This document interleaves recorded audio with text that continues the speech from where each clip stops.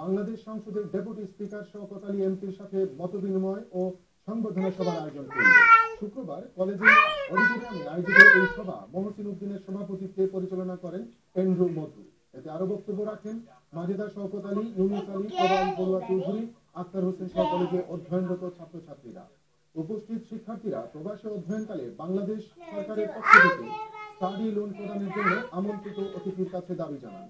Deputy speaker এই দাবি বাংলাদেশ সরকারের ঊর্ধ্বতন কর্তৃপক্ষের সাথে আলাপ করবেন বলে জানান। সভায় বিশেষ অতিথি মাজেদা শওকত আলী তার বক্তৃতায় মুক্তিযুদ্ধ চলাকালীন সময়ে বিভিন্ন ঘটনার স্মৃতিচারণ করেন। বিদেশে যারা আসে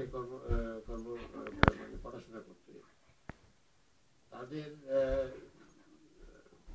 ফাইন্যান্সিং অফ দেয়ার এডুকেশন, এটা কিছু জটিলতা থাকতে পারে। এটা বোধহয় ভালো করে 52 সংস্থা চিন্তা করে সমাধান করতে পারবে।